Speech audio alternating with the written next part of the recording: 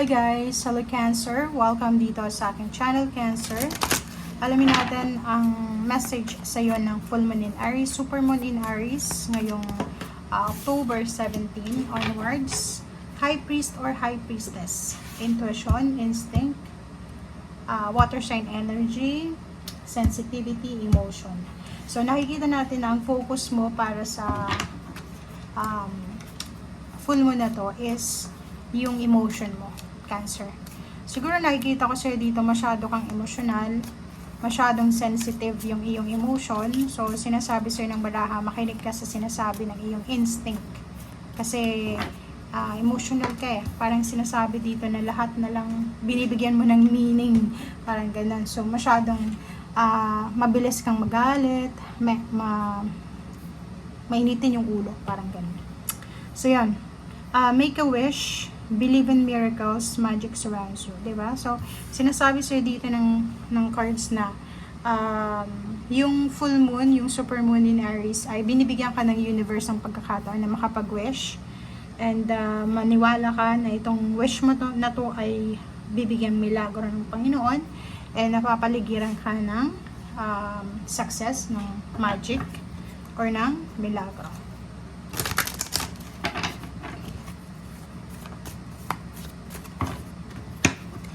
Okay, New Moon in Virgo, trust all be well. So, ito siya, same din siya dito.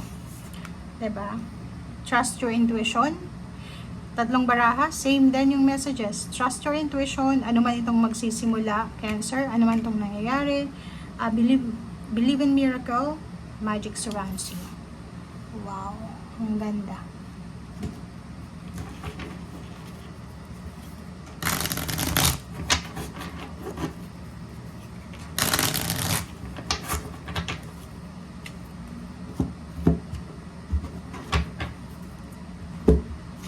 Okay, first card natin is the Devil and Four of Pentacles.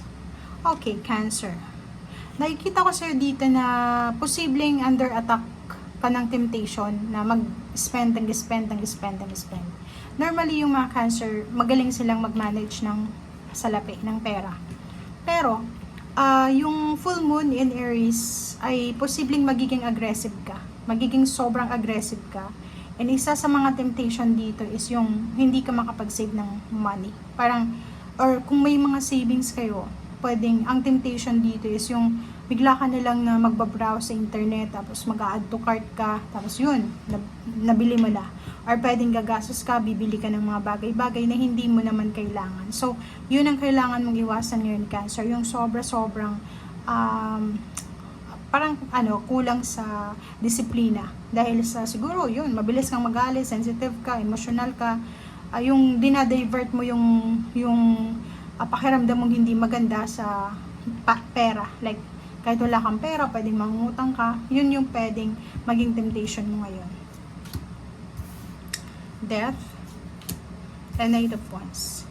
Okay, so nakikita ko sir dito, may mga Cancer dito na posibleng, kaya ang message sa'yo ng baraha is trust all be well and magic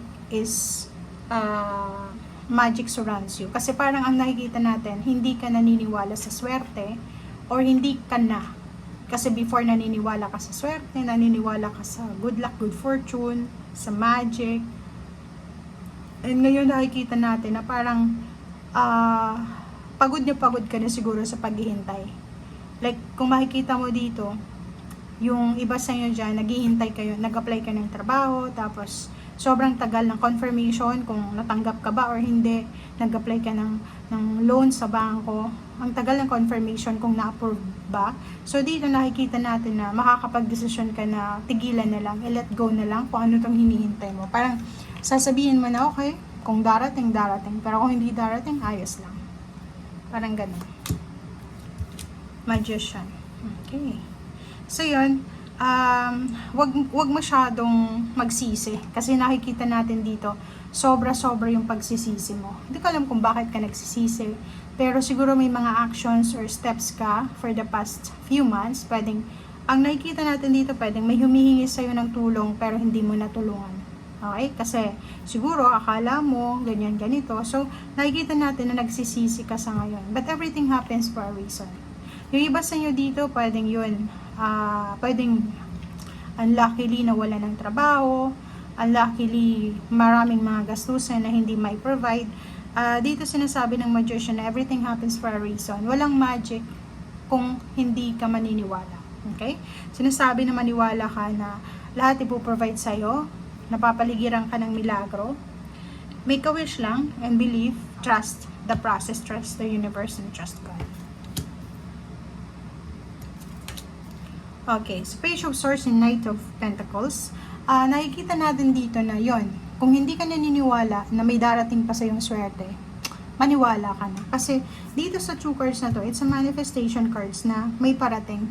Pwedeng hindi pa bukas, ngayon, makalawa. Pwedeng nakikita natin is either November, December, or 2025. Kasi, ano to future yung Page of Swords So, parating siya. So, maraming good news information na pwedeng dumating sa'yo in the coming weeks or months tungkol sa salapi. Okay? So, wag kang masyadong maging sensitive sa mga nangyayari sa'yo sa ngayon. Be strong, be courageous, be patient, lalo na kung yun, puro pera yung hinihintay ngayon. Lahat naghihintay ng pera. Kasi andito yung 6 of Wands So, sinasabi sa'yo dito na ano man itong hinihintay mo, kailangan mong maging strong sa paghihintay. Yun lang yung kalaban is yung paghihintay, di ba? Pag may hinihintay tayo, nagiging aggressive tayo, sensitive, nawawala sa focus, nawawala sa goal natin. So, dito sinasabi na be strong, be courageous, be at peace, be patient. Kasi, itong 6 of Wands is either victory, success, money, happiness, fulfillment, emotional, financial, spiritual, ay posibleng parating sa'yo. So, sayang yung oras ng pag-worry mo. Kasi yung 7 of Wands, sinasabi na you are safe, you're protected, you are loved by the universe ng ating Panginoon. May mga spiritual team ka, Cancer, na nasa paligid mo. Yun na, ba? Magic surrounds you. Sila yung magic, sila yung gagawa ng magic sa'yo.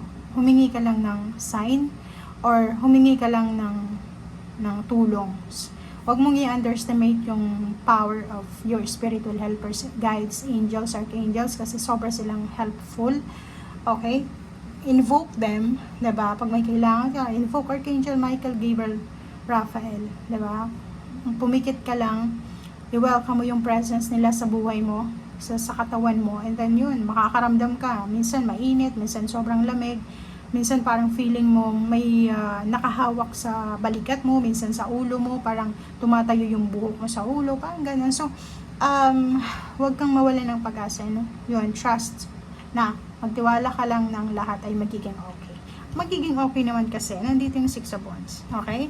Nasa tamang timing lang. Kailangan natin hintayin yung tamang timing. Okay? Thank you guys. Bye!